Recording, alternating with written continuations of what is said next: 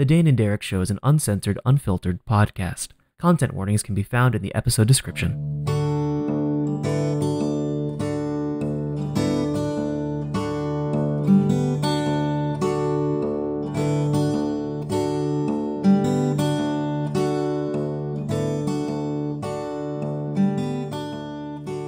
Hello and welcome to the Dane and Derek Show, a podcast where two nerdy friends keep in touch and shoot the shit. I'm Benig-Aiello, a writer, director, and occasional D&D player. And with me, as always, is my buddy, Dane. Hey, I'm Dane, a writer, musician, podcaster, and lover of tabletop RPGs. How you doing today? I'm doing pretty good. You know, it's a Monday when we're recording this, and it's a nice warm Monday here in LA. How are you doing? Well, it snowed here out in Colorado, so it not LA weather, but I mean, yeah, it's also been a weird day just because what is time anymore? You know, Mm-hmm. like Yeah. I got signed up for a vaccine today, and by the time this comes out, I'll probably have had it. But like Mm-hmm. right now, it just feels like the last mile of a hike. It's just blurry and tired and gross and horrible, and I'm done. And that's where I'm at. I'm being honest. Yeah, I can definitely vibe with that. Last week was a pretty heavy week, and spent a lot of that week just facilitating stuff at work and checking in with friends because of the news and all Mm-hmm. that. But yeah, it's been a time. It has been a time. Yeah, it's weird. You know, we're at about the 1 year anniversary of the shutdown, depending on where you live. Mm-hmm. Um, pretty crazy. Pretty crazy that it's been a literal year. Uh, Yeah. but moving on to other topics. Uh, Dane, what is the first memory you have of me? Band class. Definitely band class. So Mm-hmm. freshman year, high school. You were also a tenor sax player at the time. Um, yeah, and I just remember not a ton of like connection, if that makes sense. Like I was like, this guy seems angry, but I'm also very angsty right now and upset. And in my case, like a month away from getting diagnosed with cancer, so it was a weird time for me. um, Yeah, I don't blame you. yeah. Um, I'm pretty sure I just remember like staring across at you when I think was it Mr. Lewis that was like, we need someone to become tenor, whatever, tenor two, Mhm. and you were like, sure, and I was like, okay, so this is the guy. This is the guy I'll be competing with for tenor one. Yeah, that was basically the vibe. Yeah. Because I wanted You I also wanted to had that switch from hat. alto. You Yeah. did have a hat. Yeah, you had that hat, the hat with the, I don't know what they're called, the like tassely thingies, the little ploofies, the little, Oh, my hat. yeah, My your hat. oh Your hat. You had that gray hat with the yeah. tassel things that you wore often. Well, Um, I mean, I wore that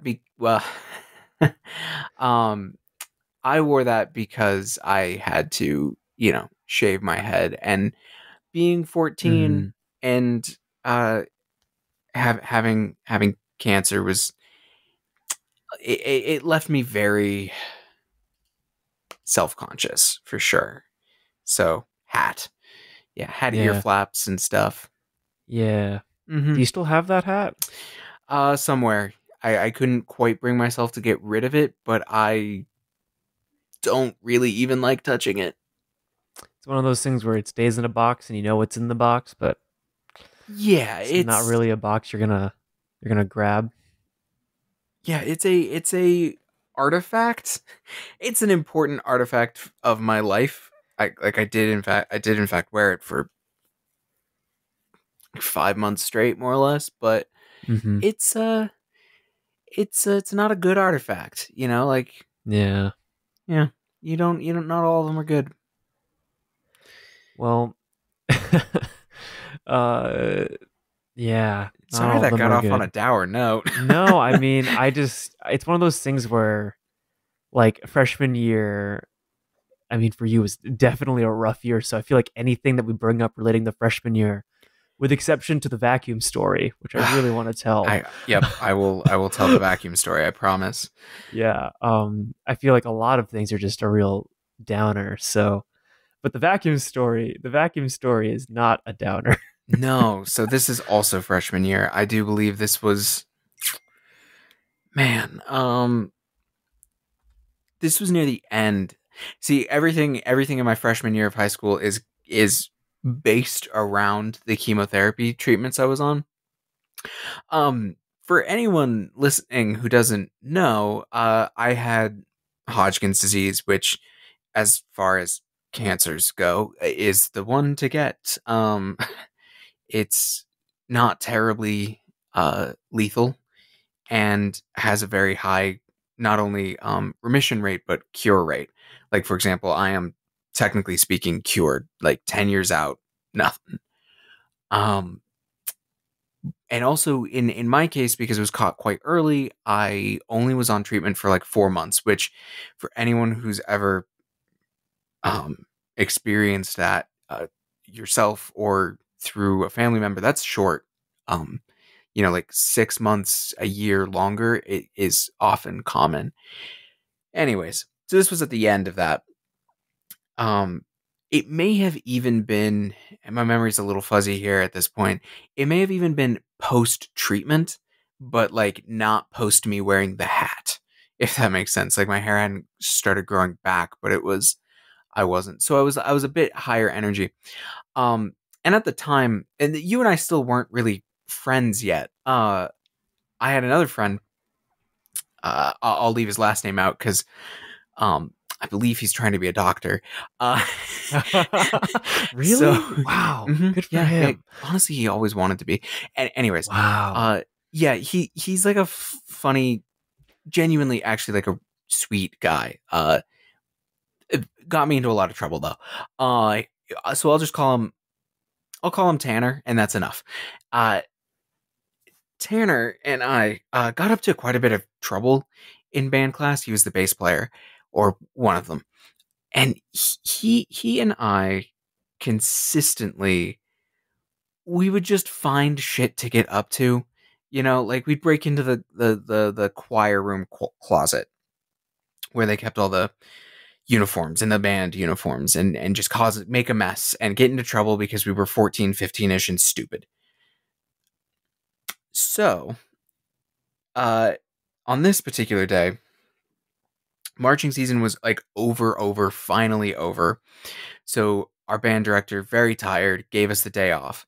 And it was also our long period, meaning that, like, it was like almost a 2-hour class where we had nothing to do. We were supposed to be doing homework, but fuck that. We weren't going to do that. But Tanner and I had gotten in trouble for the choir closet incident already, earlier.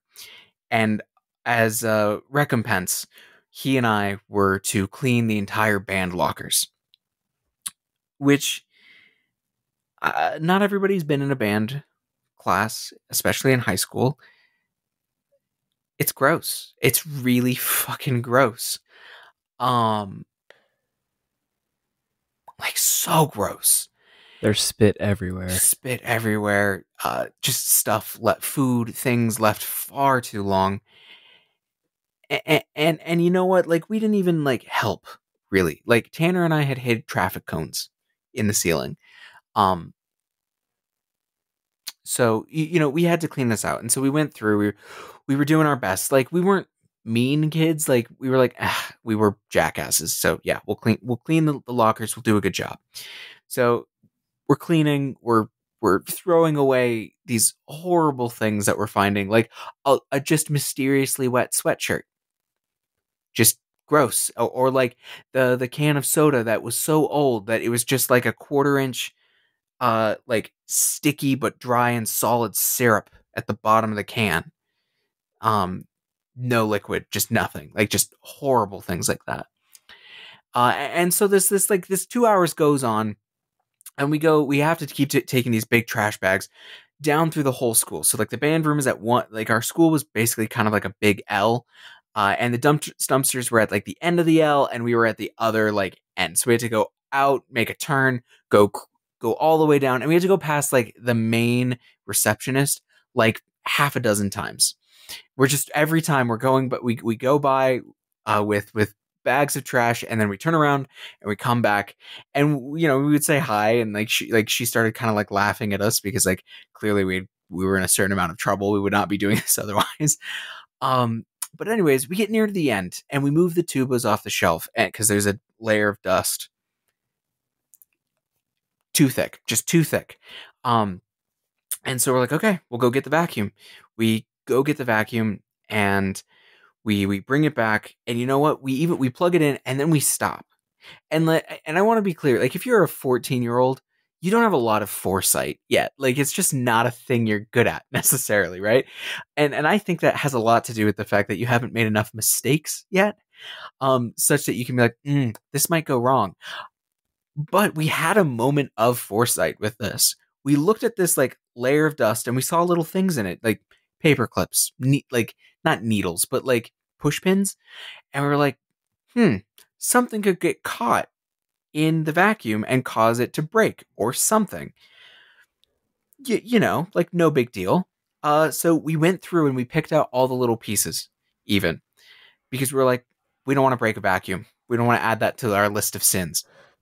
So we do that. We throw those away, and we close the locker section was separate from the band room, and we could close it. And so we did, because people were studying. People were doing a little bit of practicing. So we were like, there we go.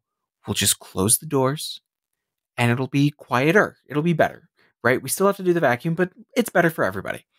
So we close the doors.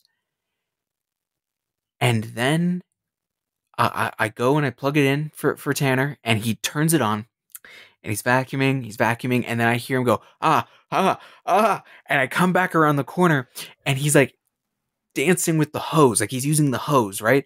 And it's on fucking fire. The hose is on fire, and we're just like, and he just drops it on the ground, right? He just drops it on the ground, because of course he does. He doesn't want to burn his fucking hands. And like, like we're kind of trying to figure out what to do, and like, smoke is like horrible, acrid, melting, like plastic rubber smoke is filling this whole place, because we closed the doors, of course. And like as we're panicking, for a brief moment I turned and I look, and I see a couple faces of just some of our bandmates just watching through that window, not helping, not doing anything, just watching the chaos of us running back and forth.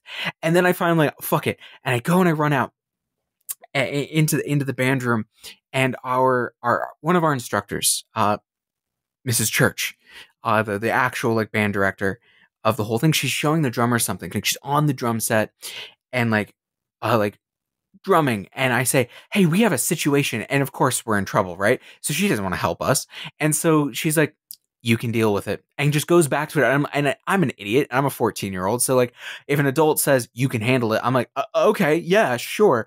And so like I run back in, and like Tanner's just like standing there above fire, and I like pull the cord out, and then we both like stamp on it and make it stop. And then I ran back out, and I'm like, actually, fire.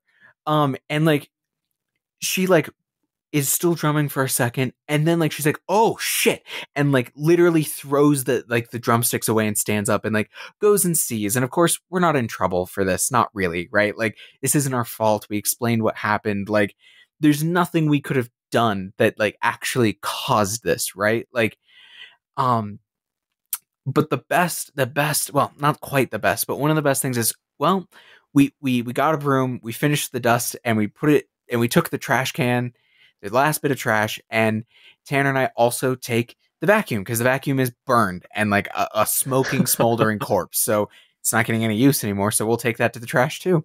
So we make a final trip past the secretary at the end of the hall, and she's like, what happened? And we just, we don't know. It just lit on fire. And she's like, it just lit on fire? And we just nod at her because it's the truth. We didn't do anything. We even tried to take precautions. And so we're like, yeah. And like we go and we look so dejected because we were trying to make amends. We were trying to do right. And it still blows up in our faces. So we go, we throw it all away. We come back and she gives us candy because she felt so sad and bad for us.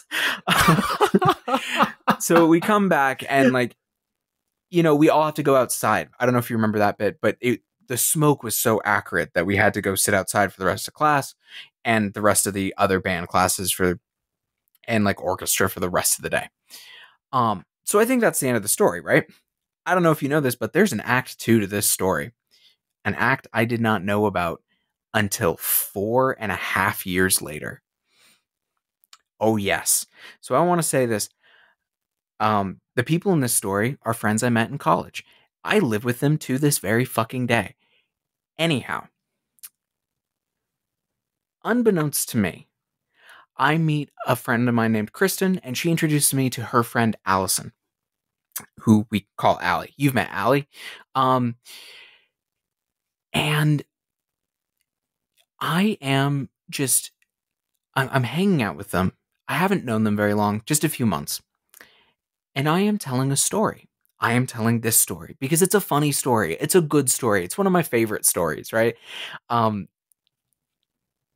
then Allie looks at me and she says, "Oh my God, that was you?" And I say, "What?" And she says, "So." Oh, no, sorry. I got that backwards. Kristen asked me that was you. And Allie was like nodding, like she knew this story. And here's why. There was one last competition in the band, the marching band. And it happened like that day that I was part of burning the fucking band room. So the marching band kids, the buses pulled up next to each other and they would shout things at each other from different schools, right? Like the Monarch, that's our high school. The Monarch marching band would be changing into their costumes on the bus next to a different marching band from nearby. And like, they would kind of know each other. Maybe they'd be friends, like any number of things. So like some of it's taunts, some of it's just like shit. And apparently the gossip was that some freshman asshole sax player and bass player burned their band room so bad that they couldn't practice in it. It spread to Denver, then to a regional competition, because my friend Kristen heard about it from a regional competition because she's from New Mexico. Wild. So they both knew this story. And I got them confused because Kristen was the one that said, "Oh my God, that was you." Allie is the one who told me, I genuinely thought whoever this person was an absolute asshole and that I would hate them. Oh, God. So I'm in college and the story hadn't died. Wow. Yeah. Wow. That's insane that story spread That far. like wildfire. Mm-hmm. All the way to another state, because I mean, we retell this story at least once a year to someone. I love that story. I shouldn't, but I do. Well, it's just like, I mean, from your perspective, it's the culmination of all of these things that have been happening, that all these punishments, all these things that you've been told not to do, and all this work you put into cleaning the band room. Oh yeah, the one time we try and do right, we still can't manage it. And I think that's the funniest thing to me. Like, it's the thing that like makes the story poetic in my brain is like, no, he and I together just were destined to cause chaos. There was nothing to be done. It was just unfortunate. Yeah. It's like a perfect like movie arc, in a lot of ways. And I think for me what's so funny is like I didn't know that first part about the first and the last part. I didn't know the part about going past the receptionist and doing all that stuff that you two had been doing. I didn't know about the choir closet, the marching band closet. I had no idea about that. Yeah, Um, that's the reason we were there in the first place. Um, yeah, I we thought, wow, that's so funny. he and I had gotten into quote unquote a spoon fight because we found a giant box of plastic spoons and were just throwing handfuls of them at each other. Um, and the choir director came in and said, "What are you doing? What happened here?" And I said something to the effect of, "They dropped," which is the dumbest fucking thing to have ever said. And he's like, he went and got Miss Church again, and she came back and like, he's like, "You got this," and she's like, "I'll handle this." And she said like, what did she say to us? She was like, "How can I trust you again? What are you doing?" And she like looked over her shoulder, and he like closed his office door, and she said, "Just pick these up, and we'll figure out what you're doing next week during our break." And then she walked away, right? Like, because she didn't give a real shit. She just wanted us to like, you if you fucked up, then you are gonna like go sort shit out, you Yeah. know? hmm That's so funny. I'm pretty sure because here's my perspective on this whole story, right? Is it's whatever, yeah, it's our break day, it's our long period. I'm like exhausted because I probably wasn't sleeping the night before. So I remember all I really remember is like sitting like bundled up on the ground or something and Mm-hmm. like waking up to you running out and being like, there's a fire, and just seeing like smoke just billow out of the closet. I just remember being like, oh, there really is a fire. I guess we get to go outside. And for years, that's like all the context I really had. Um, Wow, really? uh, Like that's all. Wow. and Huh. I just remembered, like, for some reason, I found it so funny. I just found it so funny, like right off the bat, and I don't know why, but just I couldn't keep a straight face during the whole thing, like after the fact, because I just was like, wow, that is insane. Like I don't believe what just happened. Um, I don't really remember much about it other than like I like woke up to like seeing you run out and just of all the things. Yeah, I 'Cause I mean, think by that point we were pretty well into the band season, weren't we? yeah, we were pretty well in. I didn't like know you, but like we'd Yeah, been in class together for a while, and like band classes are not usually, well, jazz band classes usually aren't that big. So it's yeah, not like they're pretty small. yeah, it's not like we could hide from each other, really. Exactly, yeah, and like yeah, like we knew each other. We just didn't really know.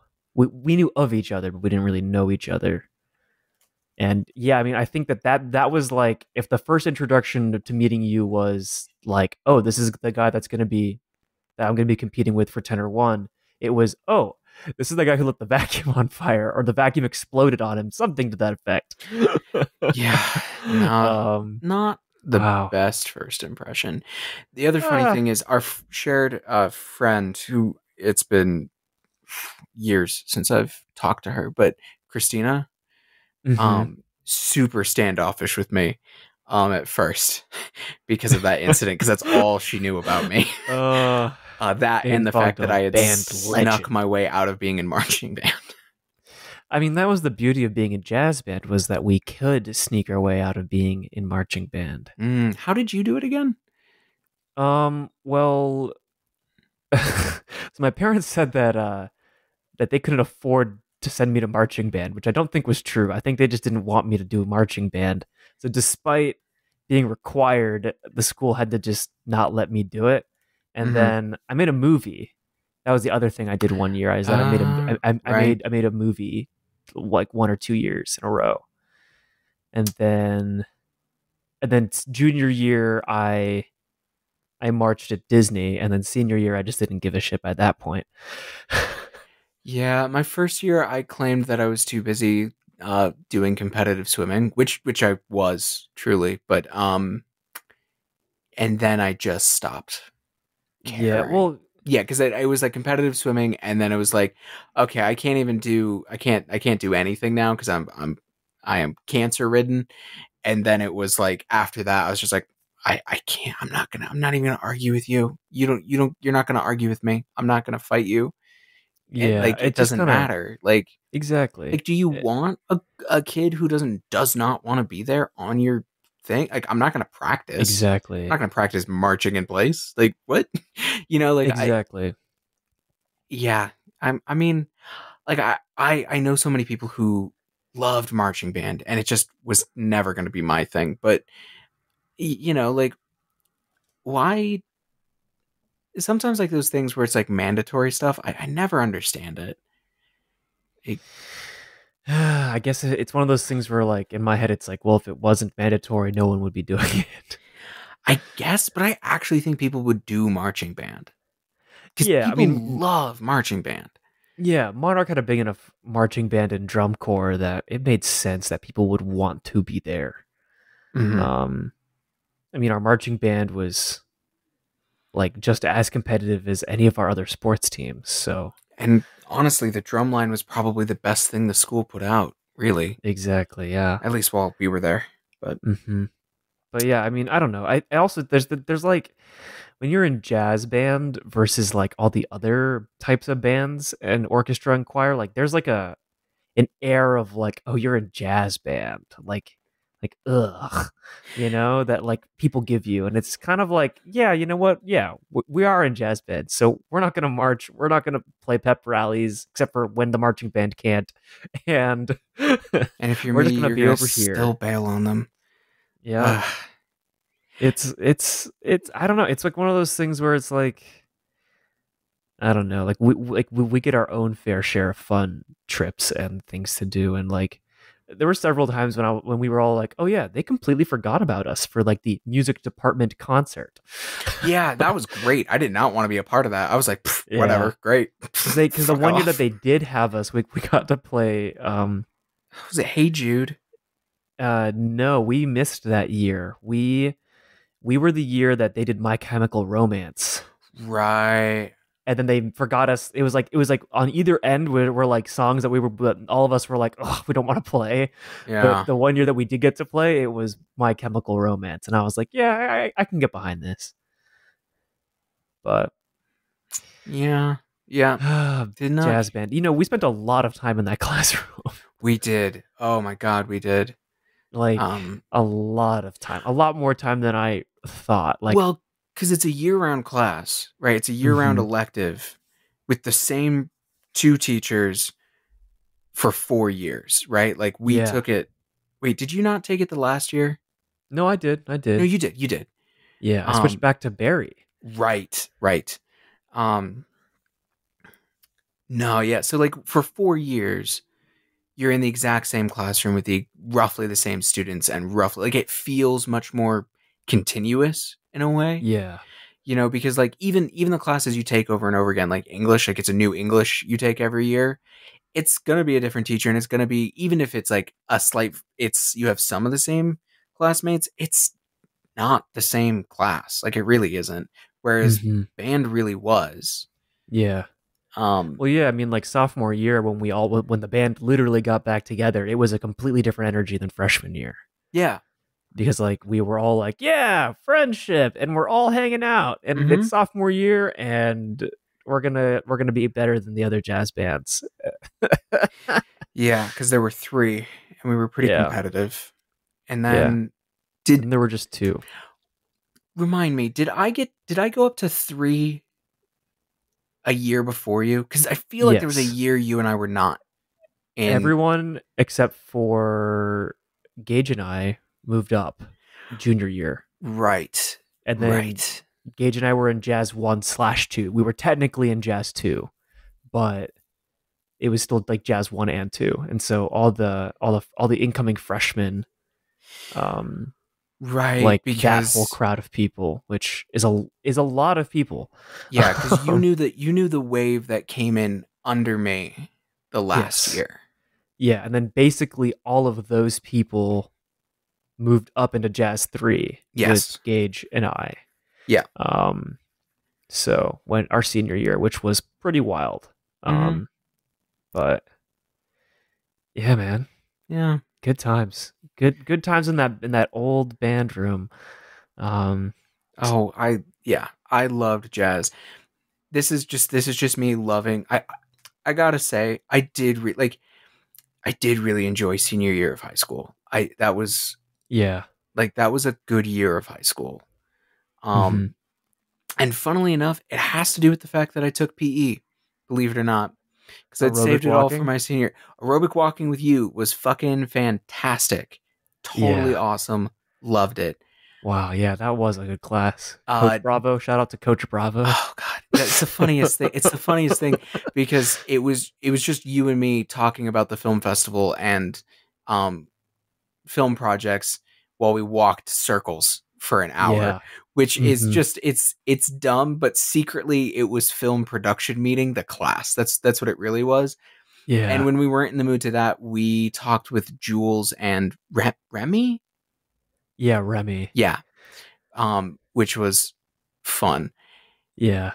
But actually, it almost almost as good as that, or maybe better in a different way, was the next semester you weren't in this. I did weight training, Oh, which nice. meant I just got to fucking work out every day, which was great. And it was just built into my day and I fucking loved it.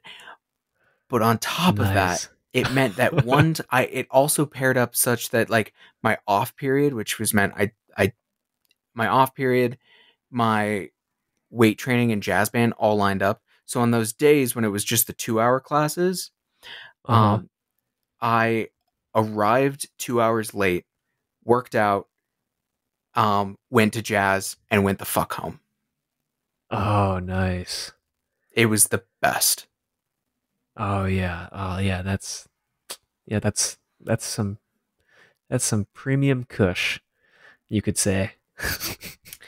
It was damn fine. Damn Yeah. fine. Oh, that's great, man. Well, on that like awesome note, we are out of time This was for this just week. jazz stories. We were supposed to do like all sorts of story. We're gonna have to do Yeah, this episode again and like I ball know. jazz band from from the conversation. Just not Yeah. allowed. Because I feel like we could endlessly talk about jazz band, but there's other things we could also endlessly talk about. So yes, we'll Probably. do story time another time for sure. Mm-hmm. Mm-hmm. Um, but yeah, that's it for this week. You can see what movies I'm watching on Letterboxd at Derek Aiello, and I'm also at Derek Aiello everywhere else on the interweb. Dane, where are you on the internet these days? You can find me on Twitter at Dane_Fogdoll, and you can listen to my show Diceology, like the science of dice, on iTunes, Stitcher, and Spotify. Alrighty, thanks for jazzing with us, and we'll see you next time. Catch you later.